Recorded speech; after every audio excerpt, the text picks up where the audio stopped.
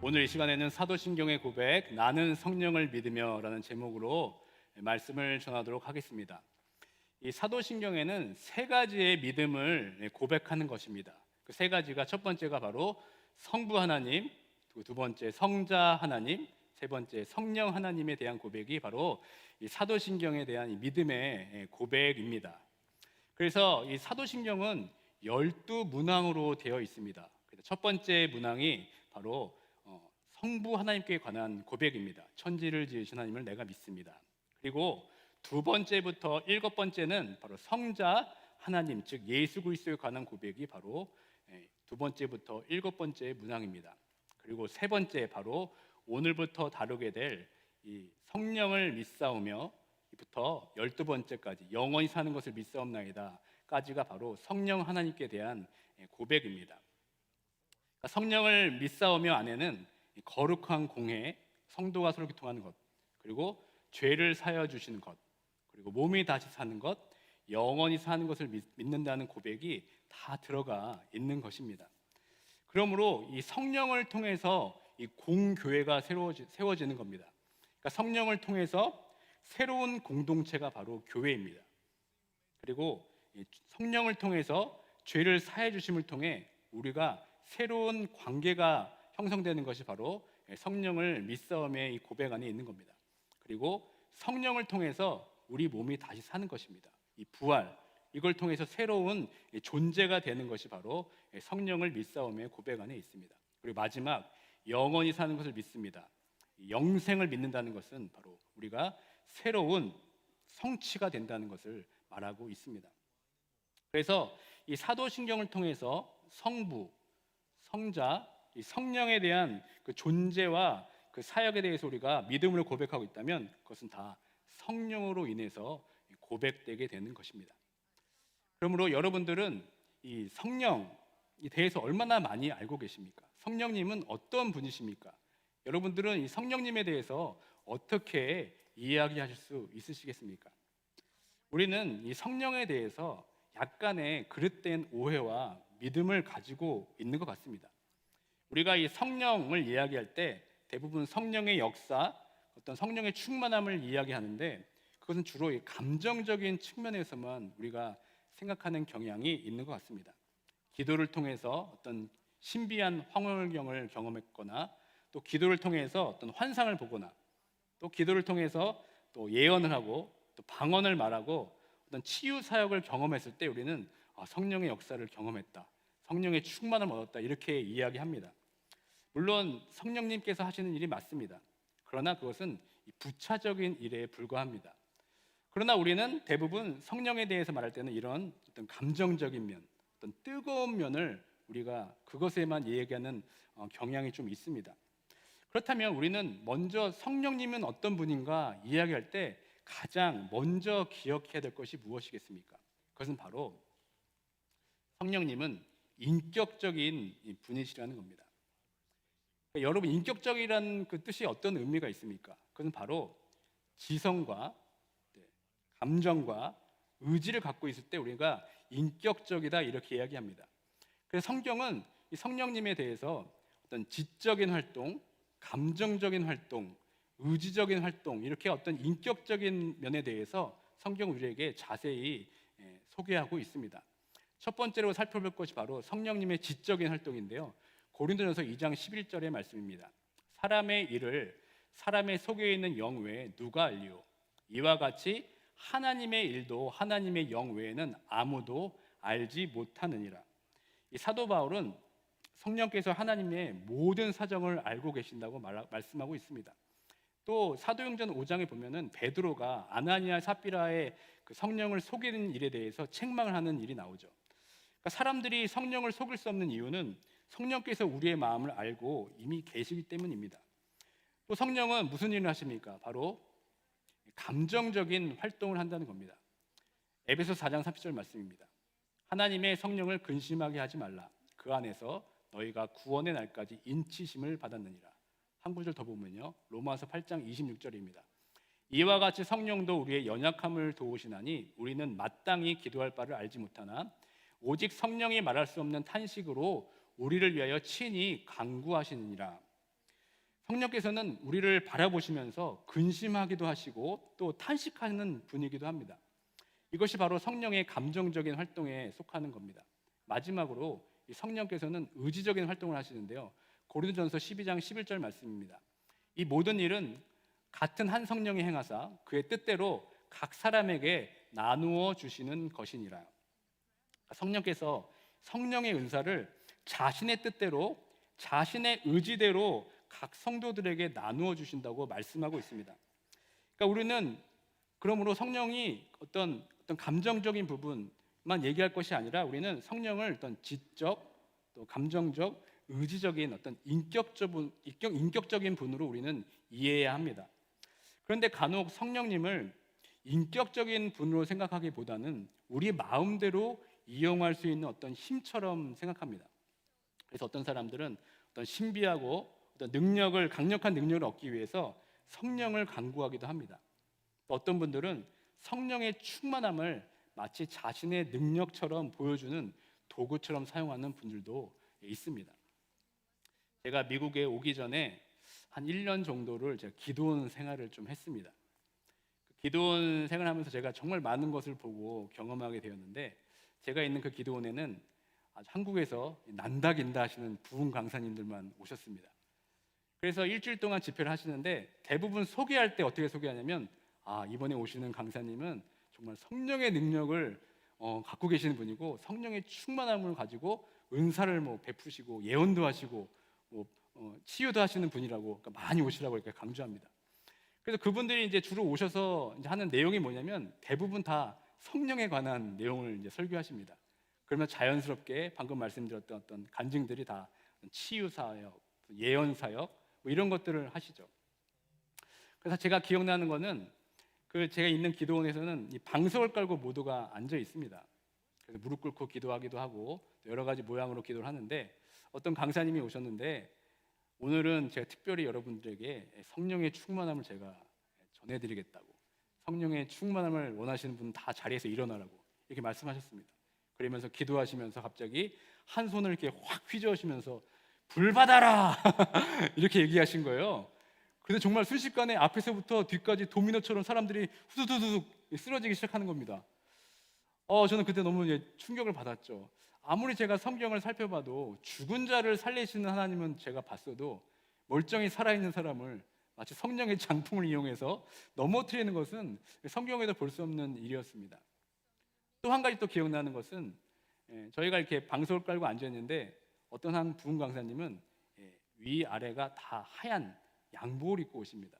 그리고 구두도 우리가 소위 말하는 백구두를 신고 들어오시는 거예요. 우리가 다 양말 신고 앉아있는데 그분은 유일하게 구두를 신고 이렇게 올라오십니다.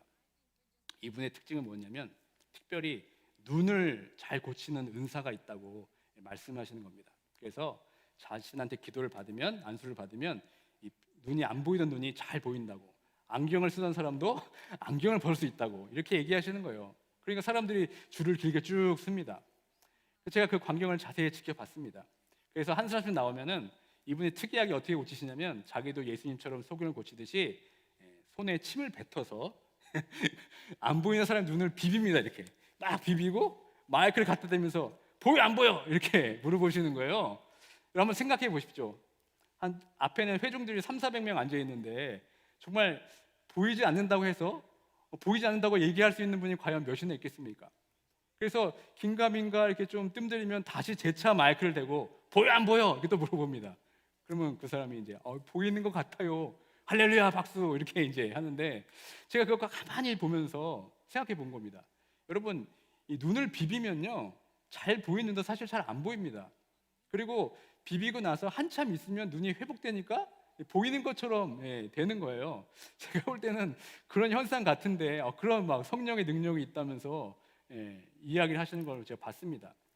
제가 이 말씀을 왜 드리냐면, 이 한국 교회에서 보여준 성령은 바로 이런 모습이었어요. 어떤 성령님을 감정적인 부분 혹은 치유하는 부분으로만 편협하게 생각하는 경향이 많았기 때문입니다. 물론 제가 그런 성령의 역사를 부인하는 것이 아닙니다. 지금도 이 선교의 현장에서는, 특별히 미전도 종족에서는, 거기 선교 현장에서는 이런 일들이 지금도 치유와 기사가 일어나고 있습니다. 다만 제가 얘기하는 것은 이런 성령님을 우리 마음대로 이용할 수 있는 비인격적인 힘이 아니라는 겁니다. 오히려 우리가 그 성령의 그 전능한 능력을 통해서 우리를 그분이 마음대로 사용하실 수 있는 겁니다. 성령님은 이 지정의를 가지고 계시는 인격적인 분이십니다. 인격자만이 할 수 있는 다양한 일들을 우리에게 베풀어 주십니다. 그래서 좀 살펴보면요, 인격적인 이 성령님이 하시는 사역은 이렇습니다. 모든 진리 가운데 우리를 인도하십니다. 그리고 우리에게 말씀하고 계시고 우리에게 또 계시하십니다. 그리고 우리를 격려하시고 또 가르쳐 주십니다. 그리고 성도들을 위로하시고 도우시고 사랑하여 주시는 분이 바로 성령님입니다. 그렇다면 여러분, 성령의 가장 중요한 사역은 무엇일까요? 성령님의 인격적인 사역 중에서 가장 중요한 사역은 바로 이런 사역입니다. 바로 구원 사역입니다. 예수님을 믿음으로 우리가 하나님의 자녀가 됩니다. 그런데 그 믿음은 내 힘으로 되는 것이 아닙니다. 내 생각과 내 능력대로 되는 것이 아닙니다.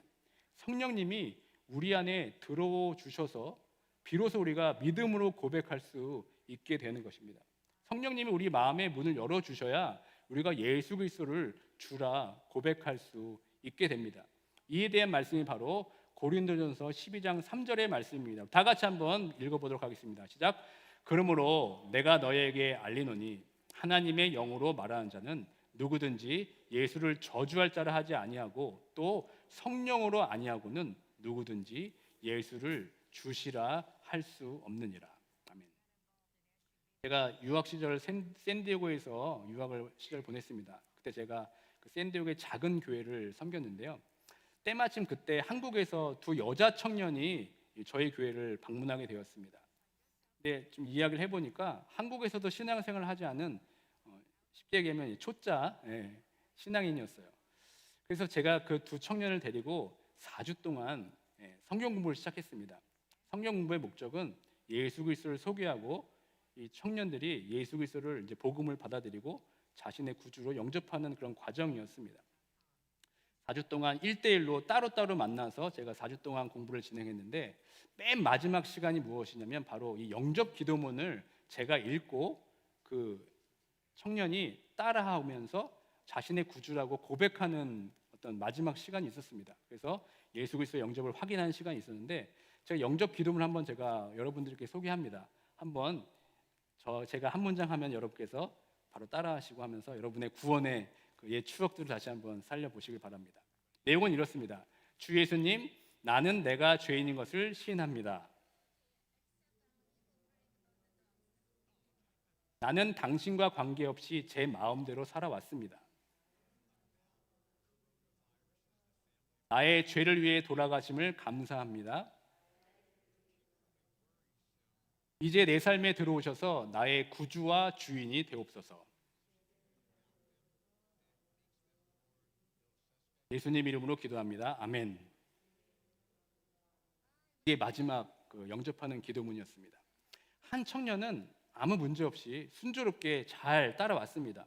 그리고 영접 기도문까지 할 때도 아무 의심 없이 아주 자연스럽게 평안하게 영접 기도를 마치고 본인 입으로 스스로 저 예수님을 구주로 영접하겠습니다. 영접했습니다. 이렇게 이야기를 했습니다.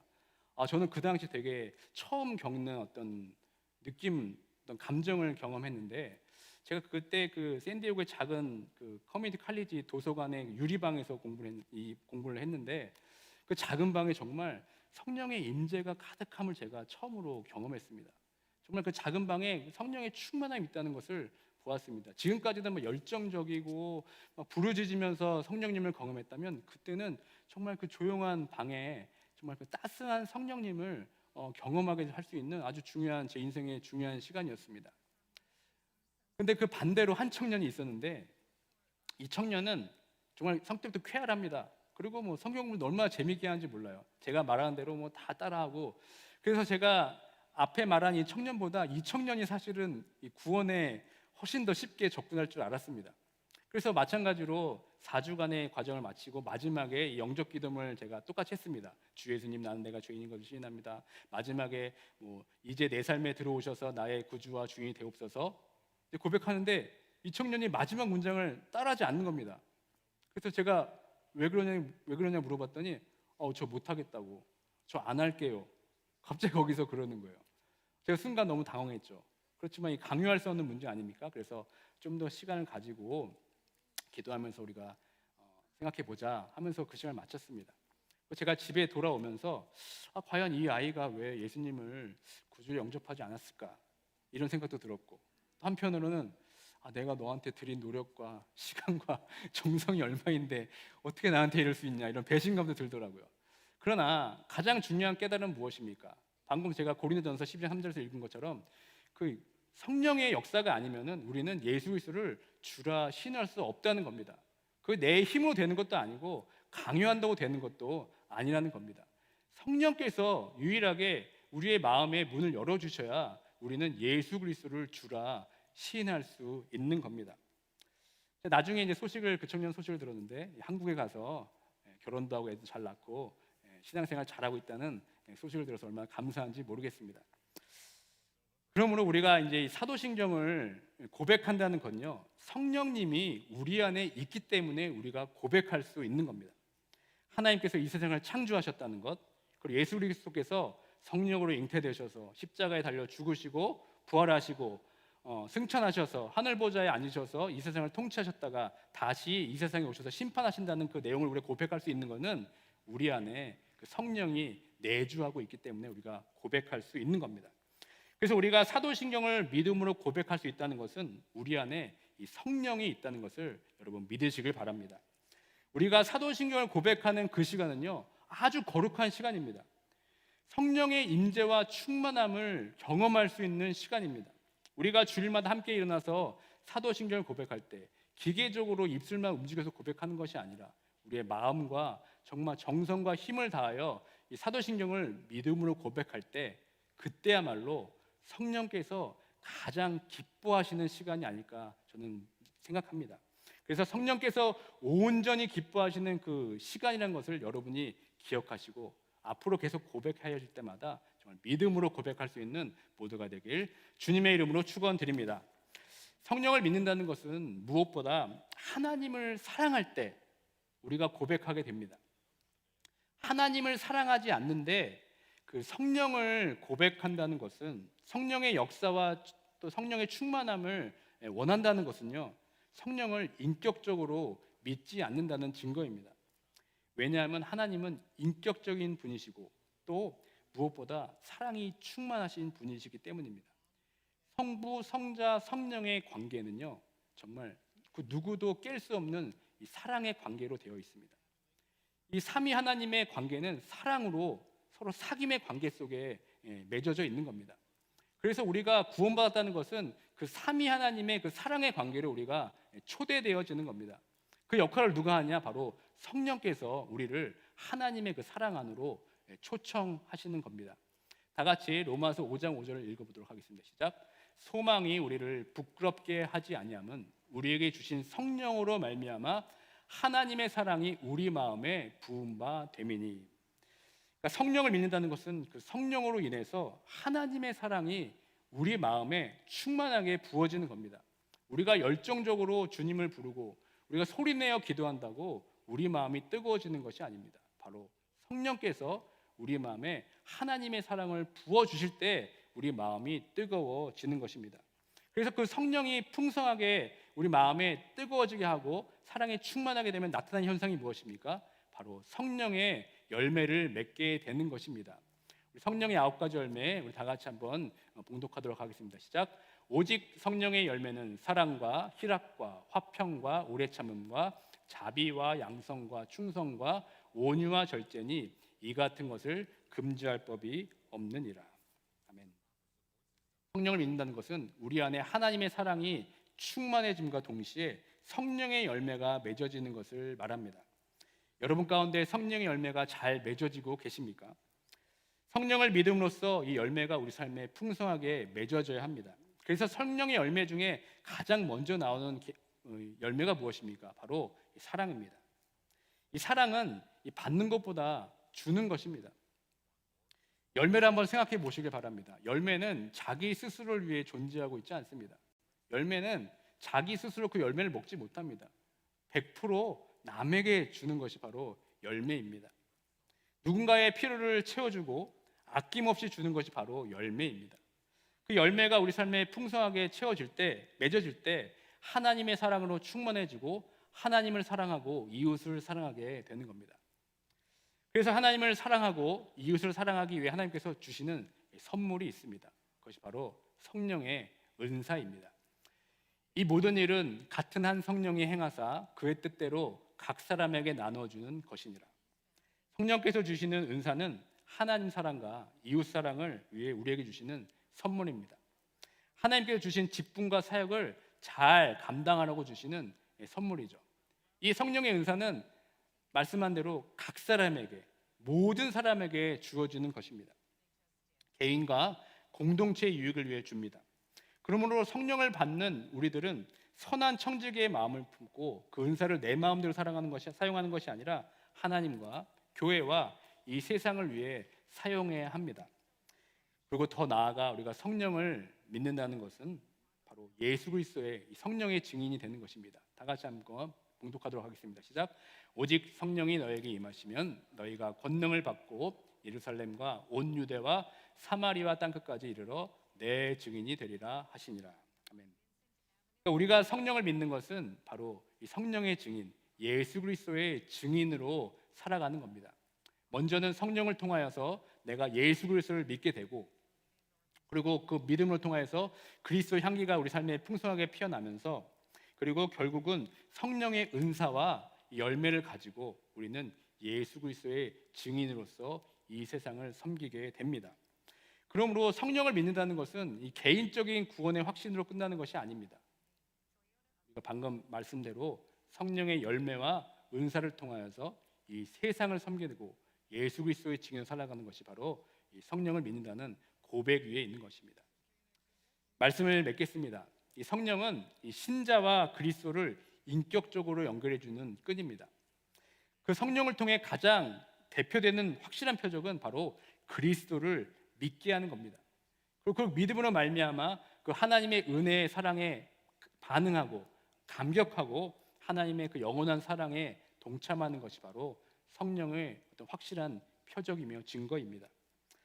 그리고 성령을 믿음으로써 실제로 죄에서 벗어나 새로운 삶을 살아가는 겁니다. 영적인 새로운 생명을 얻는 것이 바로 성령을 통해서 이루어집니다. 그 생명을 통해서 새로운 성령의 열매를 맺는 것, 그래서 성령의 은사를 통하여서 그리스도의 증인으로 살아가는 것이 바로 성령을 믿는 사람들의 그 신앙 고백자들의 삶입니다. 그러므로 우리는 내 안에 계시는 성령님과 늘 교제하며 살아야 합니다. 우리는 지금도 내 안에 머무시면서 늘 인격적으로 우리와 교제하기 원하시는 그 성령님과 교제하며 그 음성의 귀를 기울이며 살아야 합니다. 성령을 근심시키는 삶이 아니라 성령께서 나와 함께 동행하여 주시고 기쁨으로 함께 해주신다는 그런 삶을 살아가는 것이 바로 사도신경의 고백, 나는 성령을 믿으며, 이 고백 위에 서 있는 사람들의 삶입니다.